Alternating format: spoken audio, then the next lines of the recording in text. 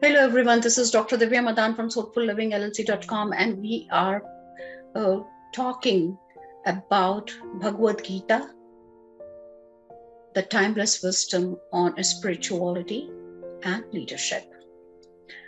So we are trying, this is where it's my humble, I'm just giving this a wholehearted try to understand what Krishna wanted to give it to Arjun and how we can imbibe this in our day-to-day life. So here we are on 7th chapter today. And then Shri Krishna is continuing from the last chapter when we were talking about that how you can focus yourself on being centered, in equanimity. That was our lesson from the last time. That remain in the center and give everything to the Bhagwan, Shri Krishna.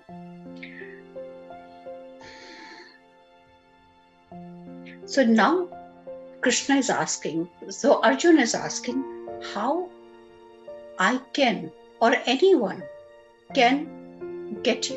Because Krishna is saying that give everything to me, because everything is in me. I am the one who has started this journey of life. I was always there. And when you do anything which is thinking of me as a doer, that the divine is doing, the consciousness, the Krishna consciousness is doing the work, then only you can get me. So here he is talking about getting out of the cycle of birth and death. So he's just so the question was just simple: hey Krishna, how anyone can get you, or how anyone can understand you or find you? So Krishna is saying that one who is not attached to the worldly things, even if he's inside of it, but still whose mind is fixated on me, can find me.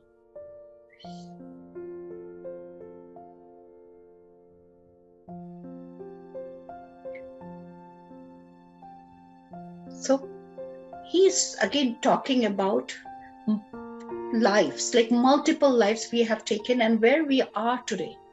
It is the sum total of our journey from the previous lives experiences. And people who are seeking me should seek me wholeheartedly. So he said the people who can find me are the one who are Gyani, means who have understood the wisdom, and they have understood the temporariness or the ever-changing nature of the entire universe, right? It is constantly changing. The sun is moving, the sun is in the center and everything is moving. So around it, so we know that the sun is at the center, the planets are moving around it, right? But when anything is moving, the equation continuously is changing. So what is the point to attach to something which is so temporary? Because Krishna is the permanence. That is the permanent thing that our mind should be attached to. Happiness will come, sadness will come, joy would come, sorrow would come, money will come, money will go. All of this will be coming and going. Friends will come, friends will go, relationships will come, relationships will go. Sometimes you will go away, sometimes the people will go away. So what's the point of getting too happy or too sad about anything? And then he's there's hardly one among thousands of men want to realize me. So it is rarest of the rarest. So all of you sitting over here, and there are many in this universe, there's 1 in 1,000 can even think of realizing Krishna. Forget about realizing it. Even thinking of Krishna is like 1 in 1,000. So who is Krishna? Who are you, Krishna? So Krishna explains further that there are 5 elements: earth, water, air, fire, space, which is like the gross, like we know that, right? Other than that, there is like 3 other elements: mana, buddhi, and ahankar. So ego, intellect, and mind. So these are the traits. 5 bhutas. So it's called bhuta, panchabhut. Panchabhut is earth, water, air, fire, space, right? So what Krishna is saying, that these are like lower material in nature. So earth, water, fire, air, ether, mind, reason, and ego. This constitute my nature divided into 8 parts. But he is not those 8. He is into everything, but he encompasses everything. So everything on this earth has Krishna in it. Everything which has any kind of consciousness, and everything has, like the moment we say there's like atom, right? Electron, proton, neutron, they're all movement, there's vibrations. So anything on this planet earth has Krishna in it.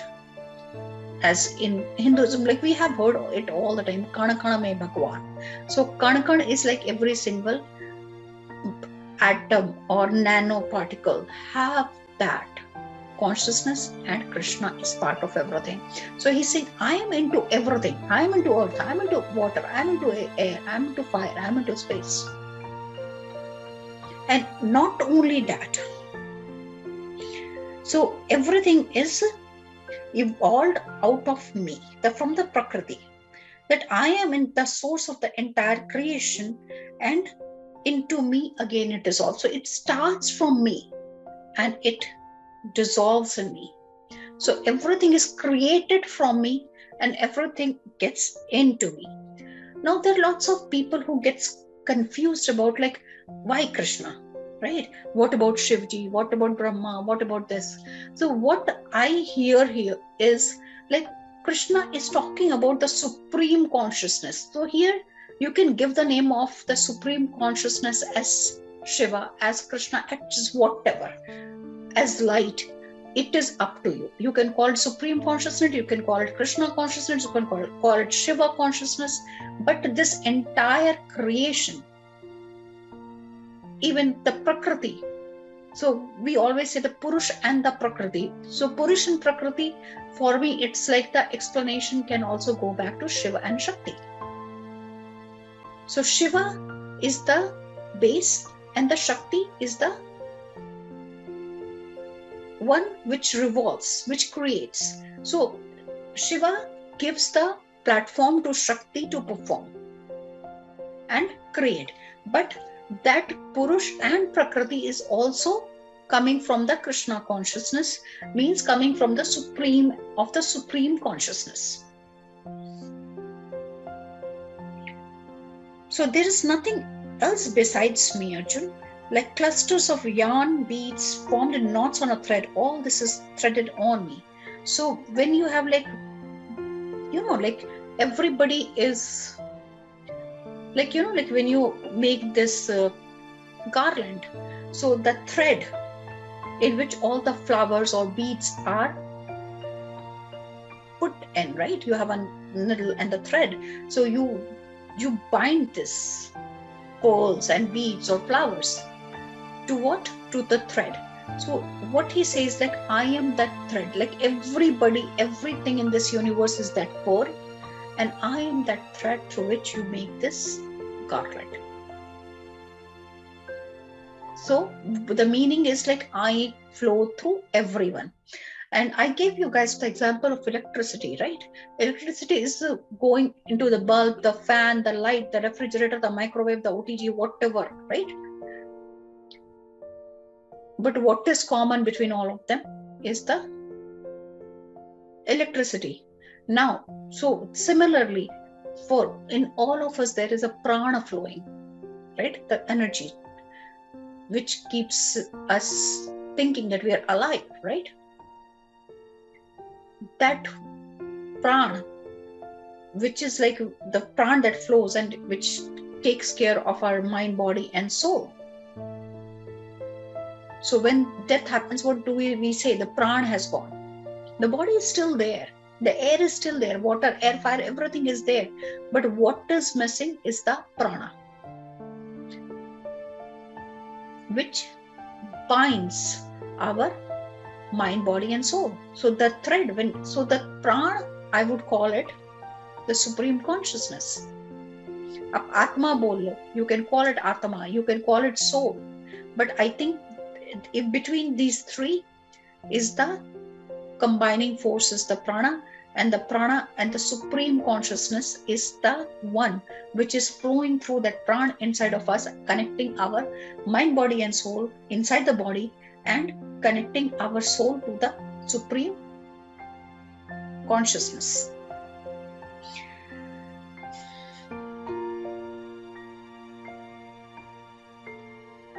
So it is, so again Krishna goes further in explaining that the flow in the water is me. The radiance of the moon and the sun is me. So the one which is the sun shines, right? The sun shines. So I am into that shine.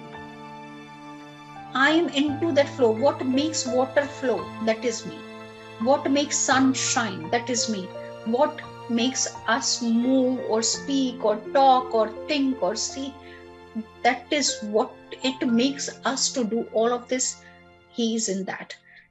He goes further. Even like in the fire, the shine, the fire, the heat in the fire is me. The om, the sound in the ether, the everything has me in it. So now let's just quieten our mind. When Krishna says, I am into the radiance of the sun, or heat of the fire, or glow of the moon, then what it means? What do you guys think? What does that mean?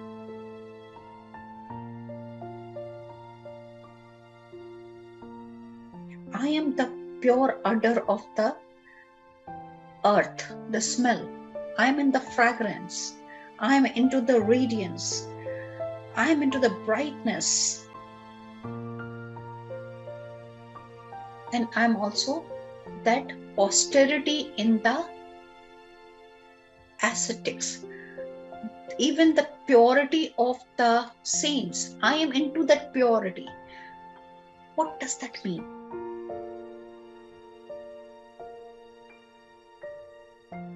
Can you hold on fragrance? Can you hold on the brightness? Can you hold on to the glow of something? Something is glowing. You cannot catch the glow. You can just see the glow. You can feel the heat. So from your 5 perceptions, you can see, you can feel, you can smell, you can hear, you can taste. But the sweetness in the sweet is me. So sweet has the attribute sweetness. जो गुण है, मिठाई का गुण है मीठा होना. So basically it is the property of a fire is heat. So he says, I am into the shine, I am into the brightness, I am into the heat, I am into the radiance. So basically what he is telling is that I am your character. Right? I am your virtue. I am your attribute. Whatever me and you are looking like, if I am looking pale, he is in my paleness. If I am looking bright, he is in my brightness. He goes on further that I am also the eternal seed of all being. Like from where that 84 crore yonis that we are seeing. So it's like I am in the core or the seed of every being. I am the intelligence of the intelligent. I am the glory of the glorious. For the mighty people, I am the might. I am free from passion and desire. In beings, I am the desire, not conflicting with virtue or the spiritual injunction. So what is, again and again, anything, like if it's a sattvic, I am that sattva. If you're rajasic, I am that rajasic guna. That is what I am. If you are sad, I am into that sadness. I am the sadness. So if he is, so what exactly Krishna is? What is the Krishna consciousness is?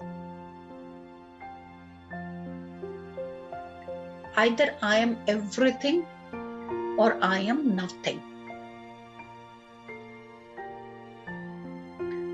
Krishna is into everything, or Krishna is nothingness. Nothingness.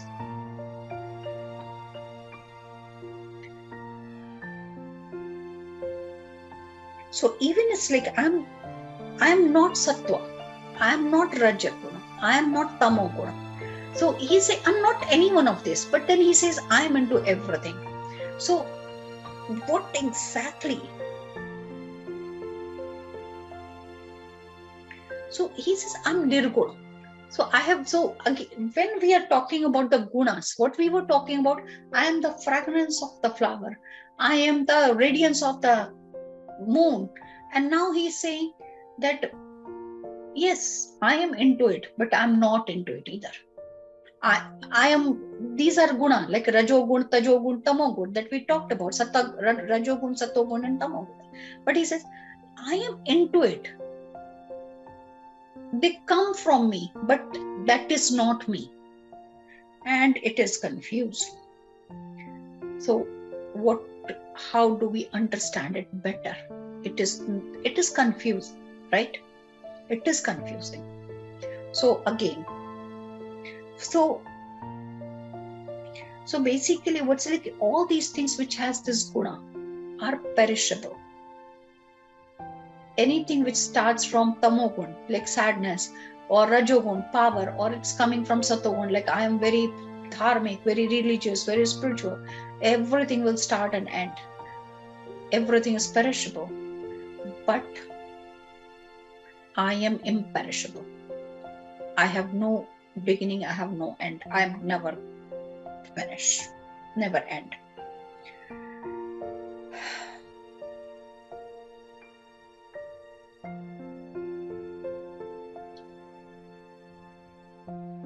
So what he is saying, that somebody who has even gone above these guna, sato guna, rajo guna, tamo guna, if somebody has gone above this guna, those are the people are called Jnani.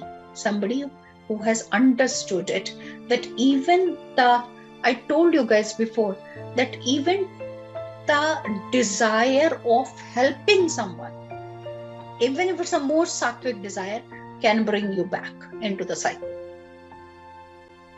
So do it without getting attached.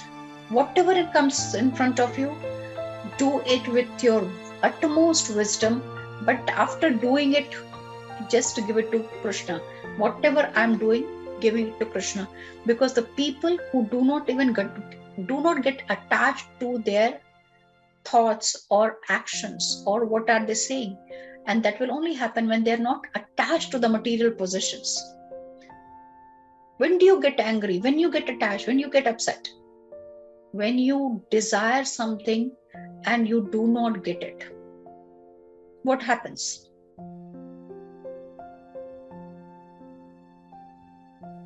Anxiety, resentment, anger, many things happens. But now somebody who's at a workplace, right?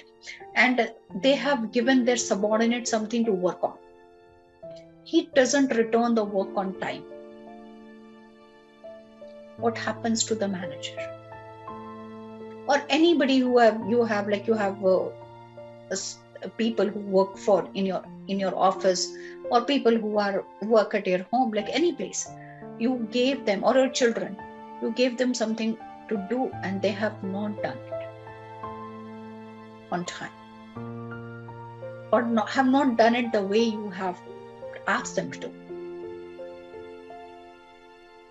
In normal circumstances, most of the people will get angry at that person. Now Krishna says you have to remain equanimous. So what do? Shall I not get angry? Shall I not get upset? What should I do?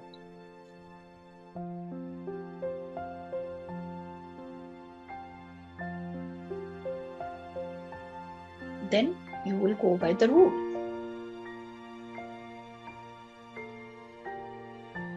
You will go by the rule.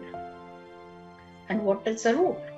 So you are not going to get angry, but you will come up with,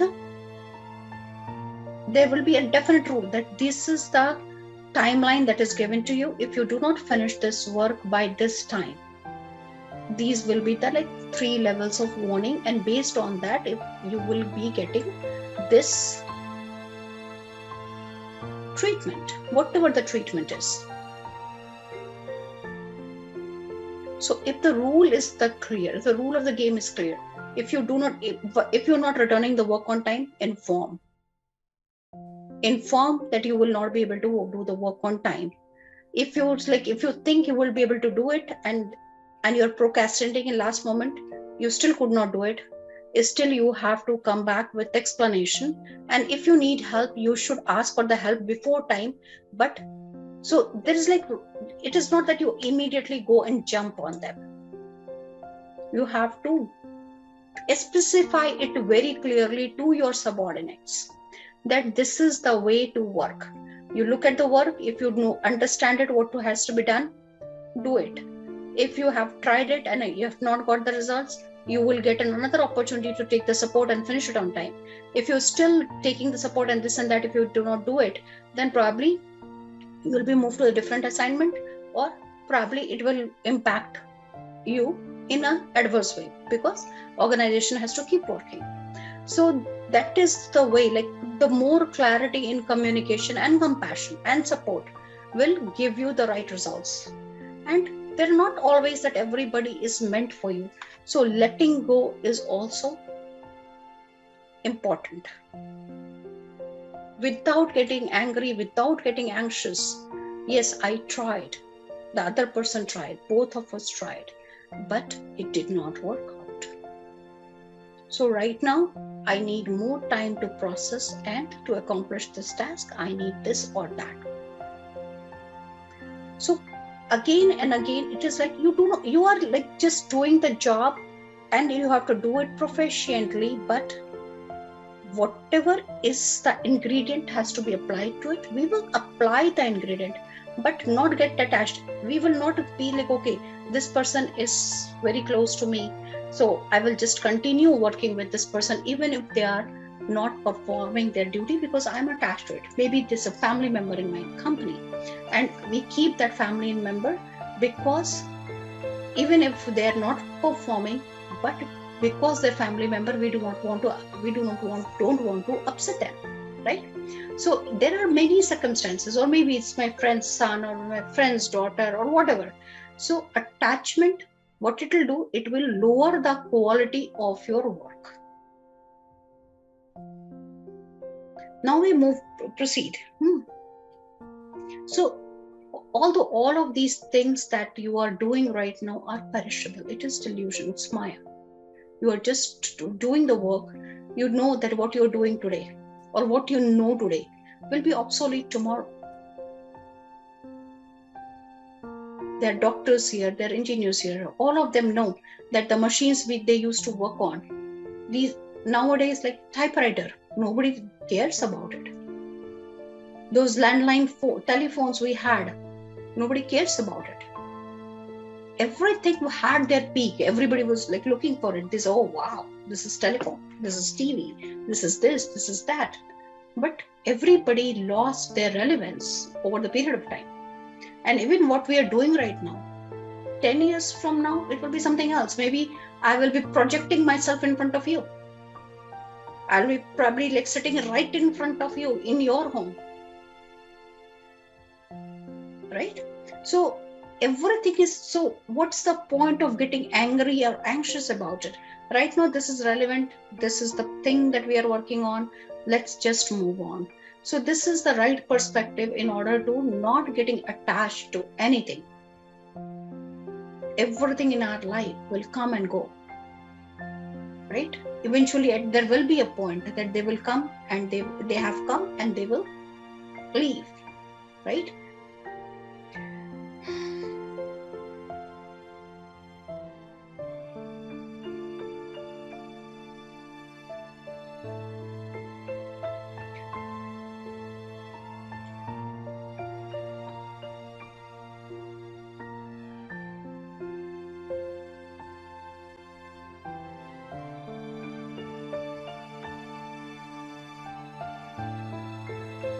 So, who all desires me?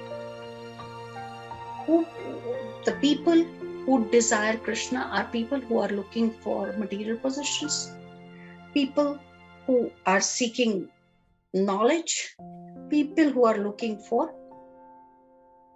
good relationships. Some people also look for Krishna for yearning for wisdom. But the people who are like demonic in nature, who are like Rakshas kind of Prakriti, the demons kind of nature, they do not immediately, like eventually everybody will merge into Krishna, but it will take lifetimes. So 4 types of devotees that seek Krishna are people who are looking for worldly possessions, people who are looking for many other things apart, and also wisdom. So Krishna, like some people will health, relationship, money, and intellect, wisdom. So Krishna loves most who are looking for the right kind of wisdom.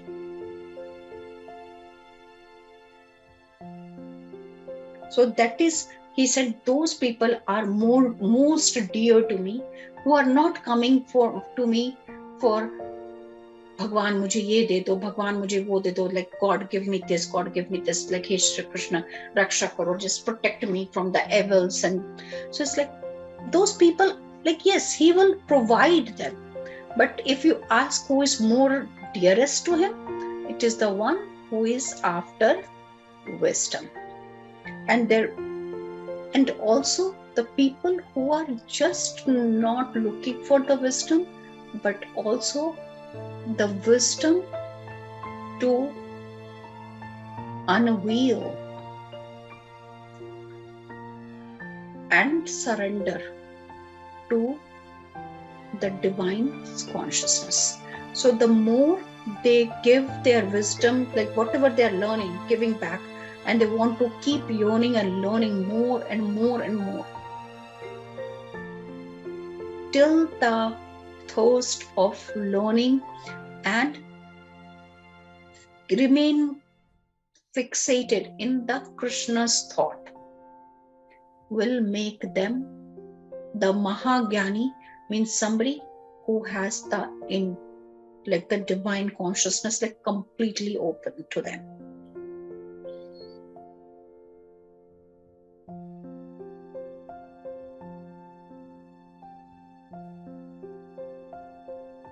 So once you become like enlightened, like once you have understood the very nature of the universe, the very nature of the impermanence,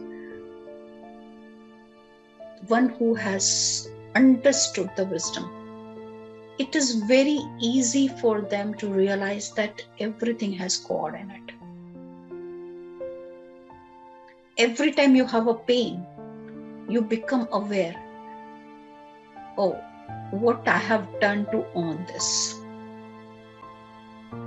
Every time you have trouble or every time you are into a fight, your mind is like, what I have done to on this behavior or situation. Health issue, relationship issue, financial issue, any kind of issue you face, loss, any kind of issue, you're like, what I have done to earn it. That is what is the first step, that you are becoming enlightened, because now you're not blaming others. Even if you have a pain, even if you're sick, you will be like looking for why I have created this and how I have created. You'll keep asking yourself that if I have a pain in my chest, you know it is heart. Heart emits love. Was I short of love? What was it, like I was not receiving love, or was it I was unable to give love because the people around me, I was so resentful of them that I could not give them love. And why I was resentful? Because maybe I felt I had to do so much work. But why did you do all that work? Because nobody else was doing it. You should only have done what you could have done. You should not have forced yourself. If you were so mad about it, just not do it. No, I will have to do it because if the house is dirty and nobody is helping, so no, you volunteered. And if you did it, then you did it for yourself, not for them. They were okay with that. They were okay with sitting in the garbage. You were not okay with it. That's why you did it. So it is not that they did not do it or they did not do it. You also should do things which pleases you. So every time you understand that whatever I'm doing is for myself and not for others, you're resentful or revengeful or envious, jealousy, all of this will just go away. Am I making sense so far? Am I making any sense? So again, in the Geeta Krishna, again, he continues. So I am giving my examples along with it, but Krishna is like just giving Arjun the anecdotes that people who are real, like Gyani, somebody who is very wise or has wisdom. Wise is really like has a bad connotation. So I would like person who's very intelligent. I will use who uses intellect. Intellect and ego are two parts. So intellect is like when you think from your upper chakras, and ego is when you are coming from the, like when you say gut feeling, right? Gut feeling he's right, gut feeling this is wrong, right? So when you go down and think from your lower chakras, then it is laced by ego. But when you think from upper chakras, it is more intellect. And when you think from here and here, so I'll tell you how to think from here or there. But right now, let's just continue. Then there are people who are like worship other gods and goddesses. Krishna is fine. You can worship whomsoever you want. But then Krishna is also the part of every god and goddesses. But based on what you select, you will get those traits because they are part of it. So what it is saying that Brahma, Vishnu, Mahesh, Lakshmi, Saraswati, all of these are the part of the Krishna consciousness. So if you choose any one of them, you will get whatever you have chosen. Any of the guru, any of the guides. But so Krishna is like fine, you can choose whomsoever you want. But this Krishna or the Supreme Consciousness is overarching. So it's up to you what you want to choose. He doesn't stop you. But he warns you that depending upon where you fixate your mind, you will get only those traits, not the entirety. So, but it is up to you.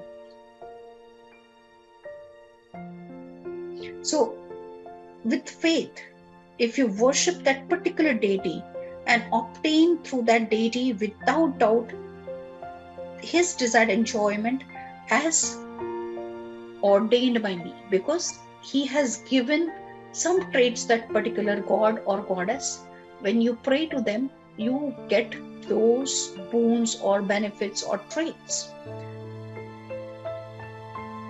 And he continues. So the fruit gained by these people of that understanding that the things that you are fixated upon, if they are perishable, so you are not going to be able to attain the godliness or the God. And people who worship the supreme consciousness are not like the figment or fraction of him, will start from him and go to the supreme. So again and again, he is like really putting it forth that not knowing my supreme nature, unsurpassable and undecaying, like I'm unperishable, I have not taken but I will not die. So the person who's ignorant is fixated upon, and he's also saying that I'm beyond, we talked about it in the beginning, that I am beyond mind, I'm beyond any senses. So when you are fixated on something which is perishable, which has started today and will end someday, you cannot achieve Krishna. So Krishna, even if we are like talking here, right? We're talking, I'm just trying to bring the information which is coming to me and trying to explain it to you. So we are learning this, but as I always say, that you need to activate your Guru Tattva to understand that what Krishna is trying to say. That yes, we have to keep the balance of earth, water, air, fire, space. We need to take care of mind, intellect, and ego. We need to check on them. But beyond that,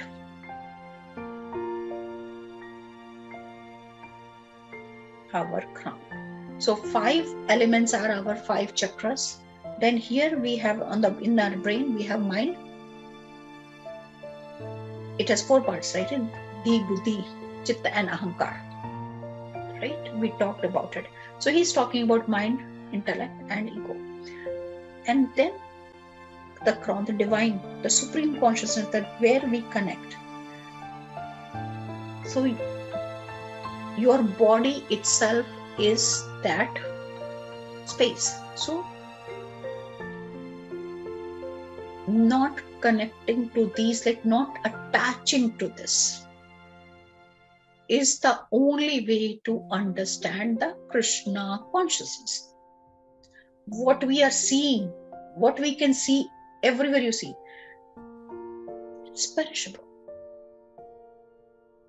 When you look at the sky, it is a vacuum. But anything beyond, as it comes to the material thing, what you see, what you smell, what you taste, what you feel, how you feel things today, it will not be the same how you feel it tomorrow. How you're feeling things today, if you go to some other place, you will find it different. You don't keep the same feeling continuously even during the day. Even if nobody comes to your house, even if you're not talking to anyone, you're just sitting at one place, maybe reading a book. Even then, your mood changes. It's possible, right? It happens when even if you're sitting alone, you are not talking to anyone, nobody has said anything, you have not watched TV, you have to, but somehow, if you are awake, you'll do something. Even if you lay down in a bed, you cannot sleep all day, right? Even you're laying down, still your mind will go here and there, and you will start thinking something, then something, then something, and then something. So everything is changeable. So if you understand that everything which we are thinking, like we're thinking about something right now and it will finish, This will also finish it. So just giving yourself like, okay, connecting to the Krishna consciousness. How do we again do it? So all of this we are saying is the creation by the Yogamaya of Krishna. Even Krishna taking birth as a human was also, it is called Krishna Leela, right? Krishna Leela. So basically the Supreme Consciousness took a form with his Shakti of Yogamaya. So he connected with the Maya, the illusion, and created a physical body.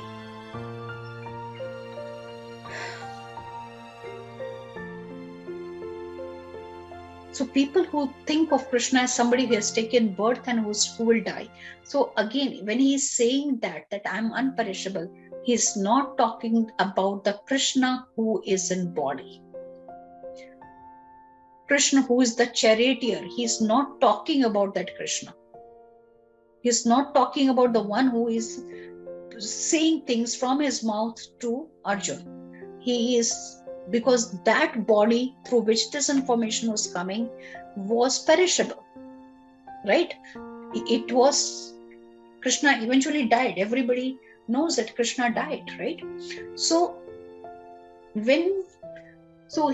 even Krishna is talking about as I, me.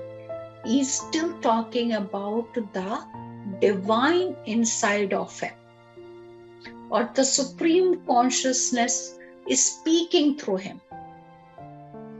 So when he's saying that I was always there, he's not talking about the Krishna as a person always there. The Supreme Consciousness was there from the beginning. It was always there, it will always be there, and it will always be there. It is not going to end. So people who think that Krishna is talking about he is the Supreme God, he is not talking about the Krishna, the charioteer. He is talking about the Supreme Godliness.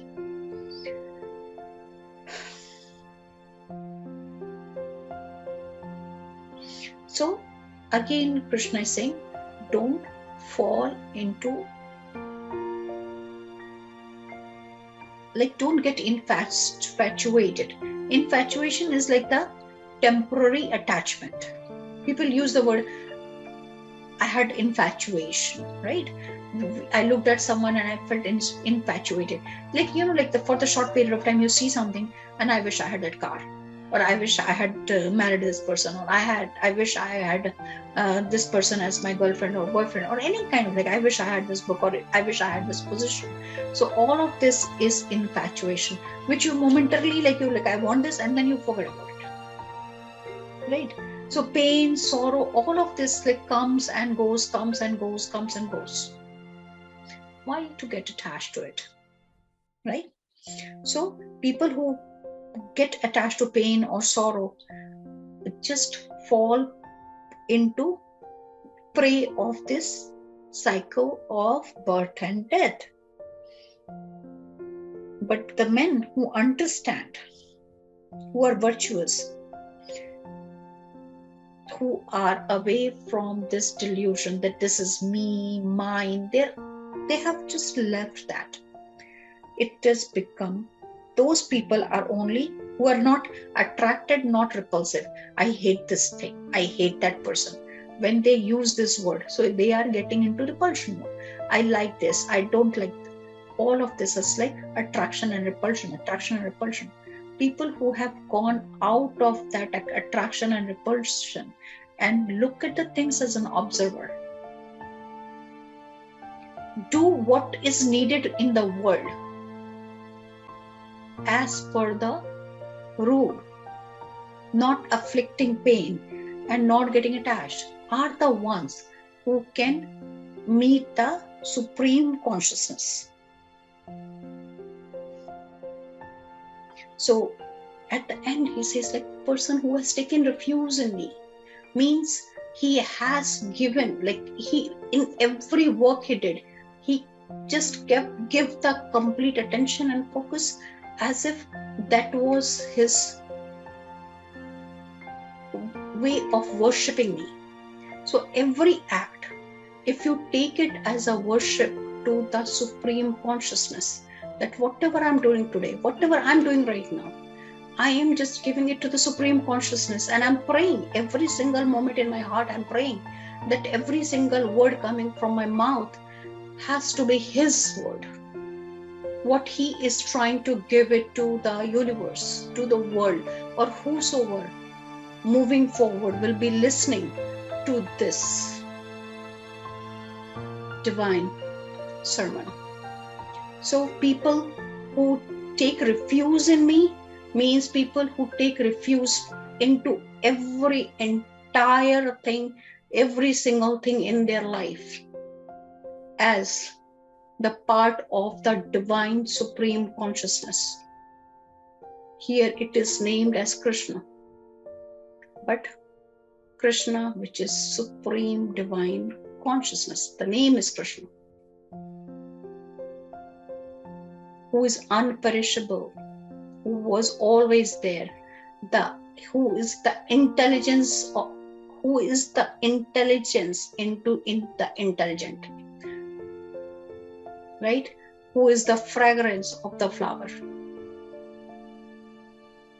who is the radiance of the moon, who is in everything of this entire universe. When you surrender to the entirety, not like I surrender to this or that or that. Yeah, you take the guidance from everywhere. You can make everyone your teacher. You can have your guru, you have your guides. But at the end of that, each and every guru's job is to tell each and every student of them that you are also the creation of that consciousness. That consciousness has created you and me. So we belong to that. Though the above is our mother and father, this divinity, the above or in everything, that our mother and father's consciousness, that who's like the mother and father of our mother and fathers too, our ancestors too. So when we connect to the divine supreme consciousness and take them as our creator, our parents, give them respect, give them love. What do you do to your parents? You call them. You have to pay respect to them. You have to listen to them. You have to do things for them. They do things for you and you do it for them. So what do you give them in respect? The respect, love, care, support, right? So if you start giving that to the entire supreme consciousness, when you are doing anything for anyone, just thinking of it that I'm doing it for the supreme consciousness, I'm doing it for it, then there will be no resentment.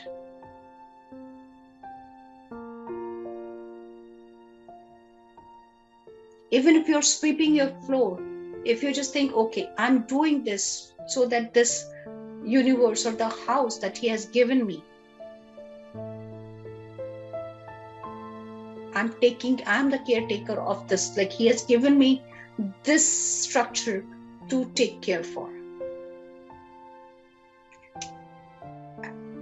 Many years ago, I wrote an article because I just felt at that time when I was getting my Kundalini awakened, that even a chair and table in your house is looking for love and attention and care. So when you are that is why it's lots of people said it in different ways, cleanliness is godliness. That is very true, because everything, the more you keep it clean, more organized, when you look at it, what do you feel? You feel good about it, right? You like it. So you give so you're not attaching to it. If it is dirty, you can still remain in center. If it's clean, you should still remain in center. But when you have taken care of, you have reached to the point that you do not get affected if there's something is dirty or clean, okay? But what about that floor?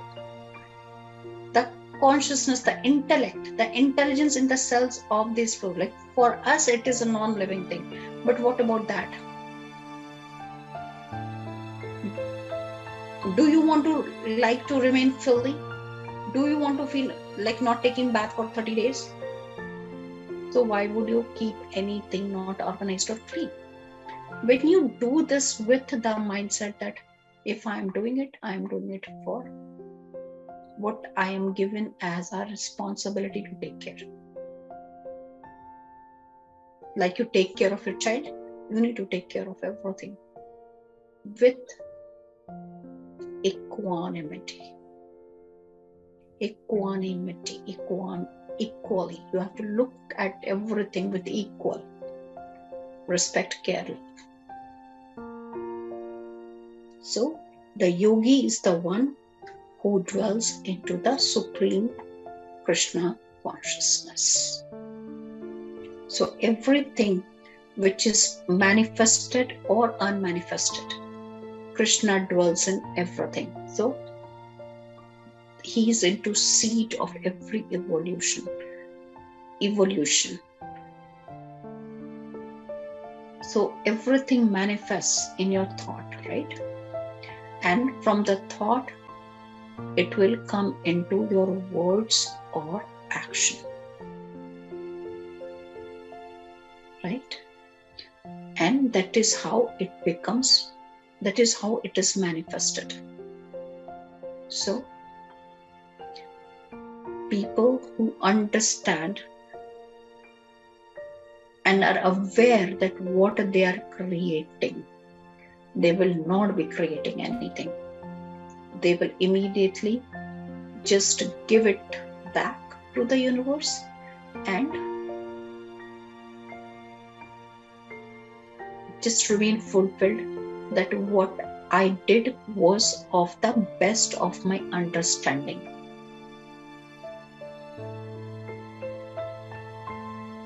There was no doubt, there was no other emotions involved when I was doing the job, except that the job has to be done right or the best of your ability.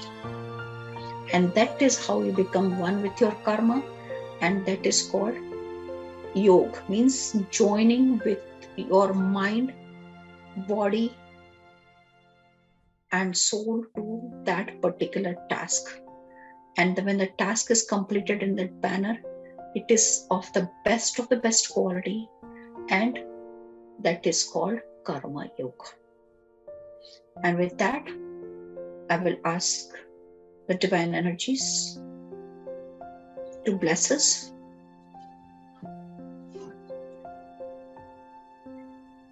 Jai Shri Krishna. Hare Ram, Ram Ram, Hare Hare, Hare Krishna, Krishna Krishna, Hare Hare.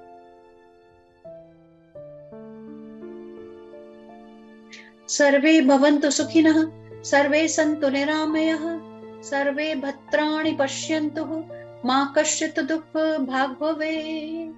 Om lokah samastah sukhinah bhavantu. May all be happy, may all be blessed. Namah Shivaya.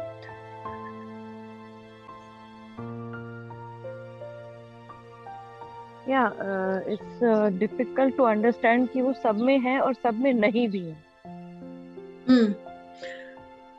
सब में है और सब में नहीं भी है. हाँ, उसको समझने का एक ही तरीका है कि समझने की कोशिश ही नहीं करनी. कम सिर्फ अपना जब हम कर्म करते जाते. अच्छा, आई टोल्ड यू गाइस कि मैं बताऊंगी इंटेलेक्ट और ईगो से कैसे हम सोचते हैं. तो when we started that, right, so anything, जैसा भी यही क्वेश्चन ही है कि how do we understand that Krishna is in everything and also not in everything. So not in everything, तो I am asking, so now I am looking at my say Mooladhara, and I see what answer I get for this. Okay, so focus on your Mooladhara and what answer I am getting from my Muladhara chakra when I am focusing. So breathe in from your Muladhara 2-3 times. And then answer the question. And what answer I am getting, so I will just say, and you guys can also try it with different things. So when I looked at it from Muladhara, I just saw cows with 4 legs, and I felt that when these cows look at Krishna, how do they look at him? What do they think?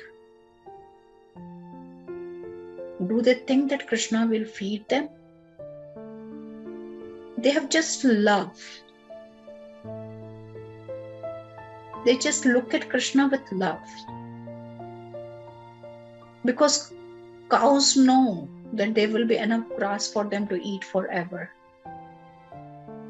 Do they ask Krishna that protect my child, protect my bachras? No, nothing. They have no worries. They just surrender. Like they look at even like any kind of animal, like we have dogs. They just trust us that we will feed them. They're not storing anything. So when you look at your God like a cow looks at his owner, or the Malik, even how the dog looks at their owner, they're just trusting them for their well-being. Now I'm checking from my Swadhisthana what comes. So breathe from your Swadhisthana. And same thing came, that in your relationship, what are the best relationships? Where you have trust that the other person or you only are asking for their good.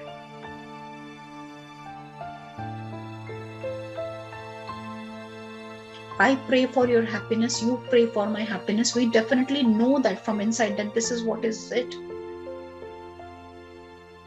Then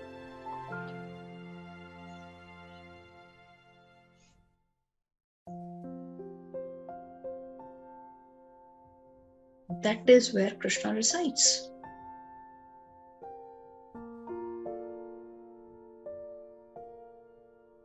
When there is fight, when there is no trust,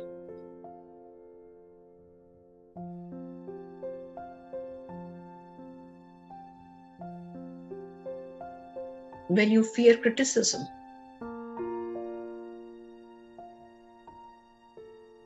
then Krishna cannot live there. So Krishna is there with you, in him, in her, in everything. But this money is, I will never be rich, I will never be happy, I will never be able to find a good partner, I wish I had a different partner, I wish I had a different trustworthy partner. First give the trust what you already have. First be in harmony with whatever you already have. Then only you will get something else. What is given to you if you have not lived that 100% or released it 100%?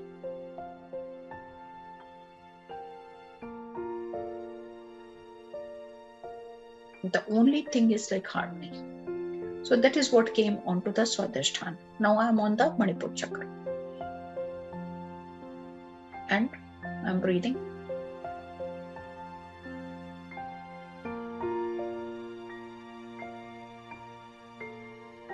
So here it is like the passion. So Krishna is your passion. When you really want to do something, you really work hard towards something, that is where the Krishna resides. So he is in the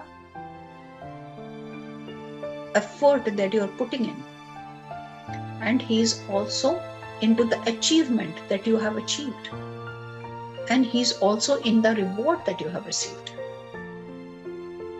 or the results you have received. When you are on your heart, breathe from your heart and see what result comes, what answer comes.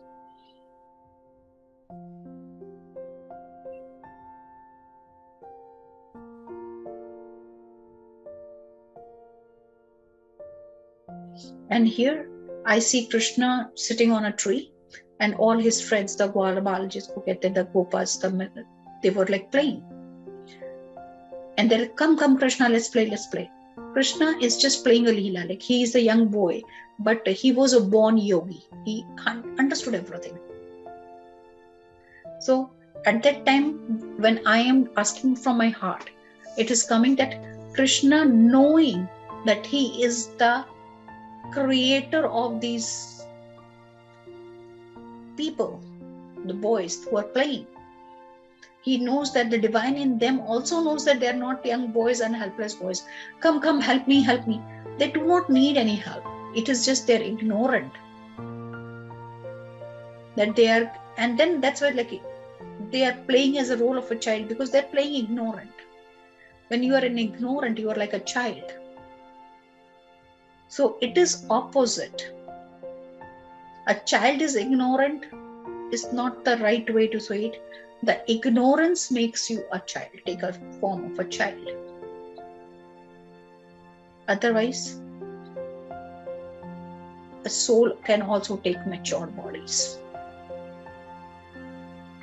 So we'll talk about it later. I'm on the throat chakra.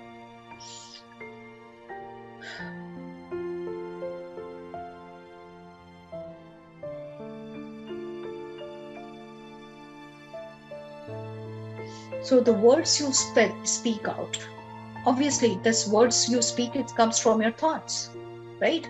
Based on your thoughts, based on your perception, you speak out. And your speech is laced with what you were thinking.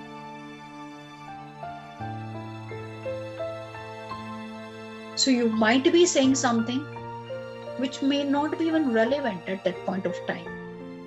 Because you have already decided to say something, you are saying it. So the Krishna is in your speech. When you are connected with yourself, when then you are connected with the entire universe, and every word you will spell out from your mouth will be from the Supreme Krishna consciousness. And then when I'm in my third eye,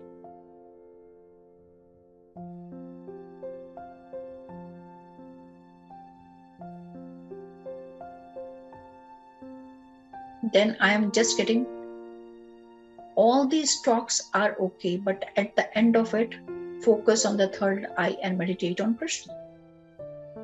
And I'm on the crown.